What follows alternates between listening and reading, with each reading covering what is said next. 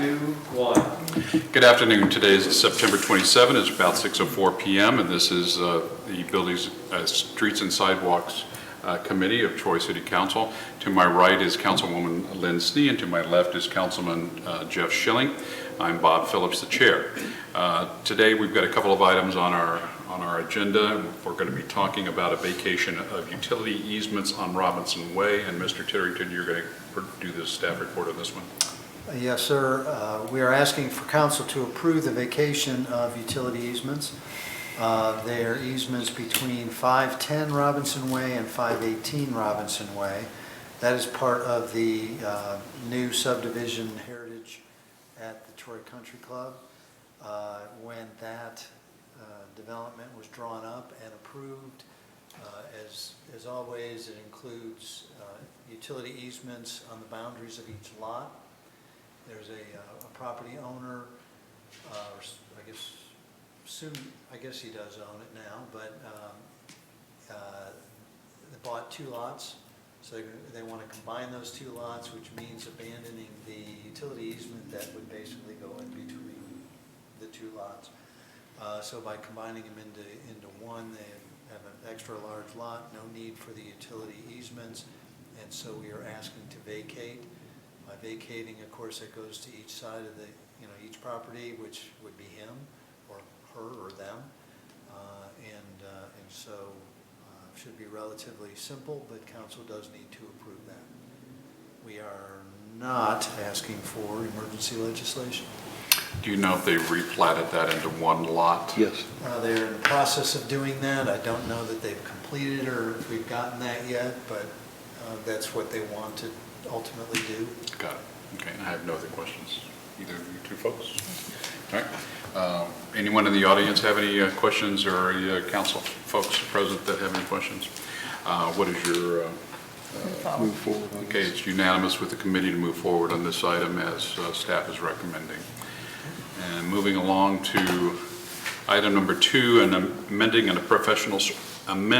and professional services agreement with Strand Associates for some West Main Street improvement project, and Ms. Christy Butera is going to be giving us a staff report.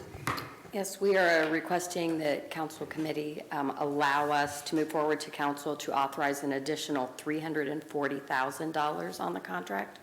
Our existing contract with Strand that we signed back in 2016 was for just about $2 million, $2,030,000. You did an amendment later for an additional $125,000 when we decided that we wanted the utilities buried, and it required them to install a duct bank for us downtown. And now, due to the additional work effort in the project, largely dealing with the multiple meetings that we're having to have with DP&L as they design this underground utility, ODOT, from the time this contract was entered into now, changed their design standards in regards to handicap ramps. And so it requires a lot more detail pages for our design engineer to do. So they've actually expended about $500,000 extra. They're going to be eating some of that money, but they are requesting the city council that we authorize an additional, where is the dollar amount? I just lost it on my page. $340,000 to the contract, which would bring our new contract amount to $2,495,000. When you say they are absorbing some of the cost, who is they? Strand, the design engineer. So some of it, when you look at, they're trying to decide what items are out of scope, right? We're not in the scope, and then which items of it were maybe scope creep, or maybe they just, of their own, maybe underestimated the hours. So I'm saying they're kind of absorbing the expenses where it's just on their side. Maybe they underestimated the amount of time, and they're kind of taking it as, hey, our bad. But there are clearly some items that were outside the original scope of the contract. And the reasons that ODOT has changed their design specs or other requirements, are these because of code updates, or why? So a little bit of that. So it's not so much that they changed the spec, it's that they're requiring more detail on the design drawing. Used to, there were just some standard details that ODOT had that you could place in your plans, and now there's a lot more survey work. They're holding tighter to the grade. There's lots of elevation points that have to be shown. Used to, it was kind of like, here's a drawing, kind of make it work in the field, we'll leave you to that. And now at every curve, every intersection, there's a lot of detail that our design engineer has to provide as far as what the elevations are for so many feet back. Okay, thank you. Any questions? Yes. Who originated the original contract? Was that something that the city drew up and then we bid this out? So when we go out for contracts for this or any other large project we put out, it's a professional, we go out for requests for qualifications, requests for proposals.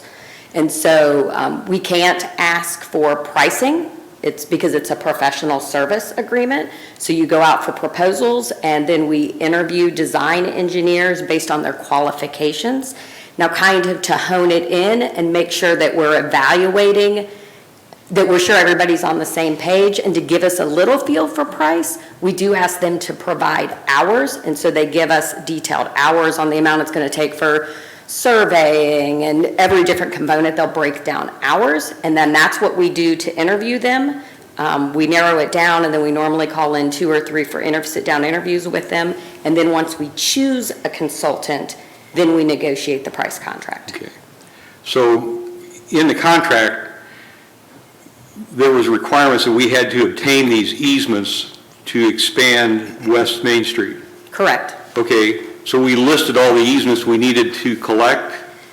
We knew that so we knew each property that needed an easement. That is correct. Okay, so now why are we buying The time. additional field design? There was something on here about some additional easements. Yeah, additional right-of-way, lease on number 2, additional right-of-way easement acquisition meetings and coordination on a per-property basis. So it deals with not so much the number of easements, the amount of time that we're having to deal with each property owner is higher than estimated. And so what happens is I won't say a high percentage, but in certain instances, the property owner, they make a request, they'll say, hey, can I leave this drive approach open? Or, hey, I want to do, can you change this catch basin is bothering me that's out there. Is there something that you can do with that? And so it's not just the meetings, it's going back and working through redesign of some efforts to see if we can accommodate those property owners. Because in most cases, I'll say in every case, if we can accommodate the requests that they are making, we will do that. And so what it means is more time for a design engineer than they anticipated, right? They had drawn up something that is buildable, and we could just as easily have the prerogative and say, nope, this is what the design is. But we're choosing as we deal with each of these property owners, if we can accommodate whatever requests they make, we're going to accommodate that in hopes that it minimizes, honestly, the dollar amount that we're having to exchange for the take. That's a pretty common practice to do that, especially on a complex project like this. And in the long run, it makes the rest of the project go more smoothly. It engenders a lot more good faith with the property owners who have to put up with the closures, the partial closures, the overall construction that'll last 2 to 2.5 years. Mm-hmm. And overall, the amount, even with the increase, still fits within the percentage parameters that are in a typical project of this kind of complexity when it's controlled, managed, coordinated by ODOT with and as a state route project. So what happens, if we don't have all the easements right now, what happens if we have a property owner who tells us to go fly a kite? So there is a process where you go through, my mind just went blank, the term. Go fly a kite? Appropriation. No, you go through appropriation. You go through appropriation. So there's a legal process where we can't come to terms with you, right, with property owner. Right. And so we file the amount that our appraiser has said that should be paid out. So we file that money with the court until a decision is made. But we can move forward with the project once it's into appropriation like that. So essentially, the city has paid what is deemed a fair process as we work through the negotiating with you. And Yeah, you'd think you'd have those all done before we started the project. Yes, yes. You try to, but, again, we're dealing with 100-plus properties here. It is not uncommon, and that's why, as Christie said, we take the appraised amount, we park it with the court, and let the court figure that part of it out so it does not delay the project, and then we come to terms later on. Right now, we have a very short list of 3 or 4 Three, I think. that, we're still in the process of negotiating through our appraiser, but you may be asked to pass some legislation to start that process for those 3 or 4 properties.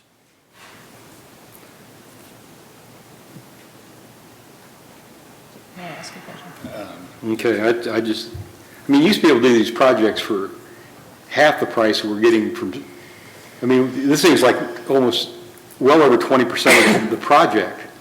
$2.4 million, we're talking about almost $2.5 million, and this is Not.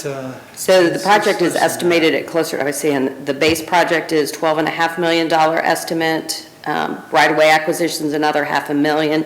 So we're about $13.5 million that our design consultant. Yeah, so we're is like about coordinating for. 17% of project cost, something like that, right? Plus we have the utility relocation. Right. The duct The work. duct bank work. Yeah. That's $2 to $3 million right there. So you're still in the 10 to 15, closer to 15, but 10 to 15%. And again, you're dealing with ODOT specifications, you're on a state route, the particulars are a lot more complex than a local street reconstruction Okay. project. And we are getting about $7 million in funding for this project, for both phases of it. So do we get it, so if our project cost is up $500,000, do we get additional money because of that? We get it's a percentage is essentially what, I'd have to look at those agreements, but it's a percentage of the project up to a certain amount. So if the I'm state's saying gonna $7 million. Part of this $340,000, the state's going to come back and help us with that, right? It depends on if we've hit our max. There's a max amount, it's a percentage up to a certain maximum amount. Now, we don't know if there's any, federal money on top of what we've already gotten, but right now, we are pretty close to our maximum. But again, it just depends on the bidding that the construction bids that come in. Okay. Okay. Mrs. Snee? Well, I was just going to ask, with this list of things, do they believe that they have identified all of the outstanding items that need to be dealt with? Yes, that's where we're at. So essentially, when you talk about right-of-way acquisition, we've only started negotiating with the Phase 1 property owners, not Phase 2, and so they're using the amount of time and effort that it's taken us for Phase 1 and estimating that out for Phase 2 is how they came up with some of these numbers for us. And things like locating, where did I see it? A relocation of public utilities and finding that things need to be done in a different way. They have hopefully located everything that's going to have to be relocated. That's where we're at. And honestly, it's DP&L. In a typical project, when you think about utility coordination, maybe you have 2 meetings. Maybe you have 2 meetings with these companies. We have sat through, I think, over 15 meetings with DP&L. It's just, they don't like to bury overhead electric infrastructure for one, and it's a complicated, and there's frustration on their part and frustration on our part, and we're working through it. But a lot of this is that, sitting through those detailed design meetings with DP&L. And that's not something that we typically do as a city, right? Like city engineers, we don't coordinate with DP&L, and honestly, it's not something our design contractor typically does. Normally, that's done outside the scope, but the city had requested, right? We want to see the electric buried for this project for the look of it, and so we're struggling through that with DP&L for the sake of the project, and I think it'll look nice. Okay. Anything else?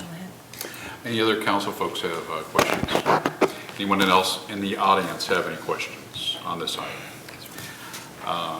Ladies and gentlemen, what is your pleasure with this item? I guess we can move forward, I guess. All right, it's unanimous with the committee that we, We are asking for emergency Yes. legislation. it's unanimous with the committee that we move forward, as staff is recommending to to council on this. Any other items coming before the Streets and Sidewalks?